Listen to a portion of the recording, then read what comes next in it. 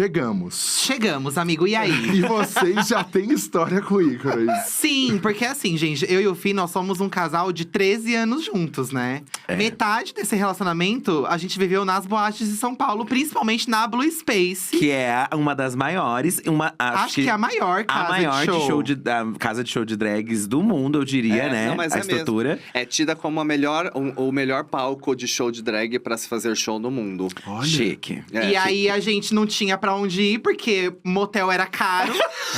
A boate era cara, mas a gente comprava o chiclete da tiazinha que ficava na calçada. Aí ganhava um na flyer. porta. E ganhava o VIP. E aí a gente aproveitava porque era uma noite que tinha shows de drag. E os shows de drag, gente, da Blue Space são, assim, incríveis. Incríveis. E aí, Ícaro faz parte desse cast incrível aí, né? Eu faço parte do casting há 18 anos quase Você agora. ainda Olha. faz parte. Faço. Tô lá semana que vem, inclusive. Olha, ganhando a maioridade. Exatamente. A Blue fez 27 anos esse ano. Caramba. E não é pra qualquer um, não. Fazer 27 anos sendo boate, passando por todas as transformações, de drag queens. Pandemias. E pandemia e tudo. Então, aplausos pro Vitor e pro Wagner, que é o diretor artístico, que é maravilhoso. O trabalho que eles fazem é impecável. Dá tesão. Você fala assim, onde que eu quero realizar meus sonhos? Na Blue Space. Porque o palco gira, você sai do chão, você sai do teto, Aham. E tudo sai acontece. fumaça. Sai fumaça, tem balé, tem cenário. Então, talvez o único lugar, ou um dos poucos lugares que dá a estrutura incrível para uma drag fazer um espetáculo maravilhoso. Então, tudo soma ali. Chique. Não, isso é você vê no YouTube, você vê os shows das drags gringas nas boates de lá, não tem espaço pra performar. Não tem. Na verdade, eu descobri isso na prática, né? Que eu fui agora, fazem 2 anos que eu faço turnês pelo Canadá e Estados Unidos. Então eu fiz… Chique. E aí eu tava lá agora em julho, então eu fiz Toronto e fico em Nova York. Então eu fico geralmente 3 semanas a 1 mês. Gente, eles não têm mesmo estrutura nenhuma. Não tem palco, inclusive. Você faz show no chão. E a cultura é muito diferente. Então, quando eu fui lá, eu comecei a entender o que acontece. Porque como lá, você ganha um cachê da boate, mas o volume maior de dinheiro É do das público, pessoas. né? Então, quando você sai de um outro país para ir pra lá, você começa a fazer show e as pessoas começam toda a mostrar dinheiro. E você aí fala, você não não sabe sei o se que eu você pego faz. ou se eu tô continuando fazendo show aqui. Senão eles vão falar, nossa, ela não faz nada. E aí, depois do terceiro show, eu consegui equilibrar. Porque daí você começa a fazer… E aí, aí você pega o jeitinho. Mas ela já… são criadas assim, então elas começam a dobrar e já começa e o show inteiro é aqui. Mas é muito interessante saber que lá eles têm uma valorização da arte drag maravilhosa, porque pra eles é quase que um crime você ver uma drag queen, entender que aquilo demanda um trabalho gigantesco e não dar alguma coisa. Entendi. Aqui no Brasil… Quando a gente foi pra Aqui Nova no York em 2019, a gente foi numa boate lá e que tem show de drag de domingo a domingo. Todo Sim, dia tem. sim. A Industry. Aham.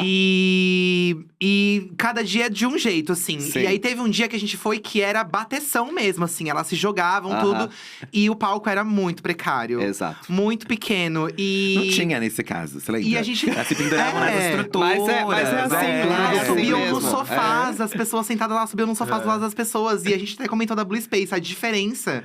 Porque eu acho que aqui a gente tem na nossa frente, na nossa mão, só que as pessoas não valorizam mesmo assim. Não valorizam. Em nenhum sentido. Nem valorizam a questão do trabalho, que é estar assim, como também não valorizam o ambiente. Porque quando eu, como faço parte da Priscila também, a festa drag, né? Que traz as drags do RuPaul. Todas elas, quando faziam na Blue Space, falavam, gente, é um palco dos sonhos. E elas ficam impressionadas e querem gravar. E aí você vê que nós temos isso há tantos anos e as pessoas não fazem o mínimo de valor. E é triste. Mas eu costumo dizer que ainda temos um caminho longo pela frente, porque já começo dizendo que o Brasil continua, pelo menos na arte drag, com a síndrome do colonizado. Tudo que vem de fora é mais bonito, tudo que vem de fora é incrível. Eu sempre falo e bato na mesma tecla. As pessoas falam, RuPaul é maravilhosa, nos anos 80 ela tava lá no movimento punk. Eu falo, é incrível, mas em 1964, Miss Biak no Brasil lutava contra a ditadura e era a única drag queen autorizada pela polícia a sair montada de drag pra rua sem ser presa por vadiagem. Então nós temos uma história tão grande e anterior, mas ninguém se interessa em saber. É mais legal saber disso. Lógico que é importante saber de Stonewall e todo o processo, mas nós já tínhamos uma luta gigantesca aqui nesse país e que as pessoas não fazem questão. É o que eu tenho falado nos últimos shows. As pessoas falam, ai, eu não sabia que tinha tanta drag. Eu falei, não, é diferente. Nós sempre estivemos aqui. Você nunca se interessou em saber. Essa é a diferença. Isso é verdade, né? A experiência de show de drag, por exemplo, W Space, pra mim, é muito uma coisa de… Assim, a gente veio de um lugar muito humilde, sabe? Tá. Então, vinha show internacional aqui de divas pop. A gente pensava, nossa, quando a gente vai conseguir ver um show desse? E quando você chegava numa boate como a Blue Space, quando você chega na boate… a mesma qualidade de show. Exato. Você tá sabe? vendo um show de uma diva pop ali, Sim. dançando, com dançarina, com balé, com um monte de coisa. É um videoclipe na sua frente. Né? Exatamente. E era uma emoção, assim, de ver uma diva pop aí performando, sabe? Assim, legal. pra mim, essa é a visão. O primeiro show, assim, incrível que eu vi na minha vida foi show de drag. E ver o show da Ícaro também era um espetáculo à parte, porque hoje em dia está pop também, né? Hoje em Tá dia. famosa, tá famosa. Vai Porque que- precisa, né? Mas quem vai Precisa. A gente tem que fazer de tudo É um pouco lógico, nessa sim. vida. Já vimos de peruca, embora às vezes… Mas quem te conhece lá desde o começo sabe que as suas performances, assim, eram coisas únicas, assim, Sim. totalmente diferentes. Sim. E de onde vinham as inspirações dessa performance? Cara, assim? eu sou muito apaixonado pela questão do… o Ícaro na concepção… Primeiro que assim, quando eu vi a primeira drag queen da primeira vez, eu tinha 16 anos. Eu peguei um RG falso em São José dos Campos e fui pra um bar chamado Divina Ciência. E aí eu vi a primeira drag queen fazendo show na minha vida, que se chamava Amanda de Poli, que era uma drag queen que vendia pamonha em Taubaté. Meu Deus. Montada. O background é maravilhoso. É maravilhoso, Montada, tudo é montada. E pamonha é montada, né? E ela era muito famosa por isso. E eu falei, nossa, sabe quando te toca? Eu falo, nossa, que interessante esse trabalho. Porque eu era extremamente tímido. Eu era aquela pessoa que quase tinha uma timidez patológica. Então, por exemplo, se eu tivesse… Em São José tinha muito isso, não sei se aqui chegou a ter. A gente tinha muitas vans alternativas de transporte público. Sim. Então, você entrava… Mas só que pra você descer, você tinha que falar, próximo. Sim. E você não Eu tinha não coragem. conseguia falar isso. Então eu entrava, se ninguém falasse próximo no meu ponto, eu ia até alguém falar e voltava a pé. Ai, sim, Porque eu era esse quero- nível de timidez. E eu vi que a drag queen, e o mais bonito que foi o que me encantou, que hoje se perdeu. A drag queen naquela época, em 1996, ela tinha um papel social muito importante. Ela era a cola da noite. Então, as drag queens, quando eu comecei, elas faziam um correio elegante. Então, elas andavam com uma cestinha, papel e caneta. Então, se falasse, eu gostei daquele menino ali, ó, escreve aqui, você leva lá pra mim, por favor? E ela levava. E aí, ela via as pessoas sozinhas e falava, você veio com quem? Eu tô sozinho. Não, peraí que eu vou te apresentar as pessoas. Então, elas uniam a noite de uma maneira muito bonita. E eu me encantei com a função social que a drag queen tinha. Que era o oposto do que eu era enquanto pessoa.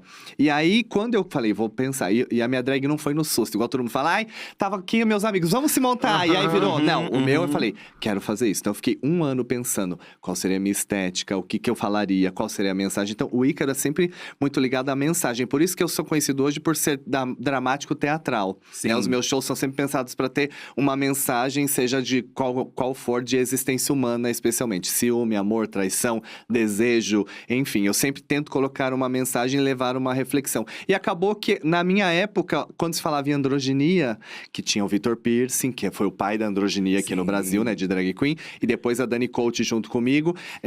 Que também tá aí até hoje. Tá, Os estamos shows da aqui, os Dani são carecas até incríveis. hoje, a Dani.